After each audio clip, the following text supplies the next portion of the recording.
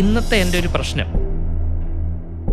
ഈ ആത്മഹത്യാ കാര്യങ്ങളിലേക്കൊക്കെ ചിന്തിക്കുമ്പോൾ എനിക്ക് അവരോടും എടുത്തു പറയാനുള്ളതെന്ന് പറയുന്നത്, ഇങ്ങനെ വിഷമങ്ങൾ വരുമ്പോൾ അല്ലെ ജീവിതത്തിൽ വിഷമങ്ങളൊക്കെ വരുമ്പോൾ അപ്പോൾ അതിനെ ഓവർകം ചെയ്യാനായിട്ട് എന്താ ചെയ്യാറ്? അങ്ങനെ വിഷമങ്ങൾ കൂടുതലും നമുക്ക് മനുഷ്യർക്ക് എല്ലാവർക്കും ഓരോ ക്രൈസിസ്, ഓരോ ഡിഫിക്കൽട്ട് സിറ്റുവേഷൻ എല്ലാവർക്കും ജീവിതത്തിലുണ്ടാവും, പ്രശ്നങ്ങളും ഉണ്ടാവും.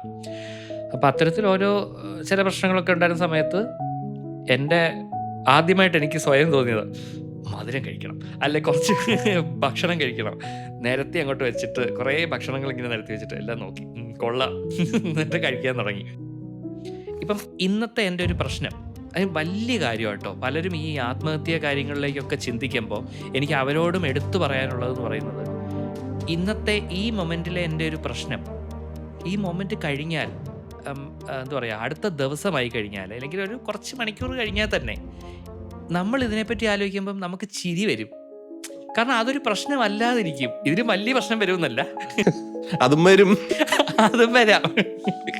പക്ഷേ അത് വളരെ സില്ലി ആയിട്ട് നമുക്ക് ഫീൽ ചെയ്യും. അതെനിക്ക് ഒരുപാട് സാഹചര്യങ്ങളിൽ തോന്നിയിട്ടുണ്ട്.